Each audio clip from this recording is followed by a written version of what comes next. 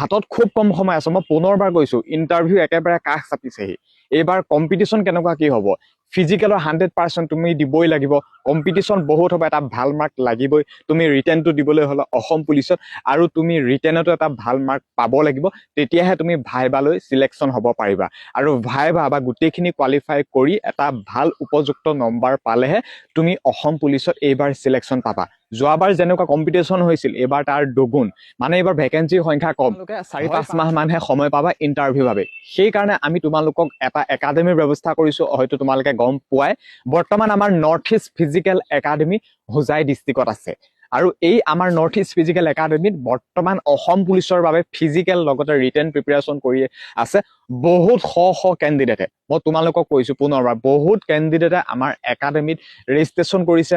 Next SSC GD exam হৈ যোৱাৰ পিছতে তেওঁলোক আমাৰ একাডেমীত আহিব। কাৰণ অসম পুলিচৰ বাবে বৰ্তমান আমাৰ নৰ্থ ইষ্ট ফিজিকেল একাডেমীত ফিজিকেল লগতে ৰিটেন প্ৰিপেৰেশ্যন কৰোৱা হৈ আছে। গতিকে তোমালোককো কৈছো, হাতত যিহেতু খুব কম সময় আছে, কম্পিটিশ্যন এবাৰ যথেষ্ট হ'ব।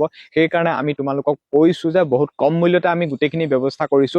ফিজিকেল প্ৰিপেৰেশ্যন, ৰানিং, লং জাম্প, অসম পুলিচৰ ইণ্টাৰভিউবোৰ কেনেকৈ হয়, লগতে ৰিটেনৰ ডেইলি 6-7 ঘণ্টাকে ক্লাছ কৰোৱা হ'ব। আৰু তোমালোকক মাজে মাজে পৰীক্ষা পাতি থকা হ'ব আমাৰ এই নৰ্থ ইষ্ট ফিজিকেল একাডেমীত। অনলি অসম পুলিচৰ বাবে গোটেইখিনি কাম আমি কৰিছো এই নৰ্থ ইষ্ট ফিজিকেল একাডেমীত, যাতে সকলোৱে চাকৰিটো পাওক। খুব কম মূল্যতে মান্থলি পেমেন্টৰ ব্যৱস্থা কৰিছো। আৰু এই একাডেমীতে থকা খোৱা সম্পূৰ্ণ সুবিধাও আছে। গতিকে তোমালোকে এই নম্বৰ দুটাৰ জৰিয়তে আজি হোৱাটছএপত মেছেজ কৰিবা, ফোন কৰি তোমালোকে ৰেজিষ্ট্ৰেশ্যন বা জইন কৰিবলৈ একেবাৰে নাপাহৰিবা। হাতত খুব কম সময় আছে। গতিকে বন্ধুসকল, আহি যোৱা অসম পুলিচৰ বাবে আমাৰ নৰ্থ ইষ্ট ফিজিকেল একাডেমীত।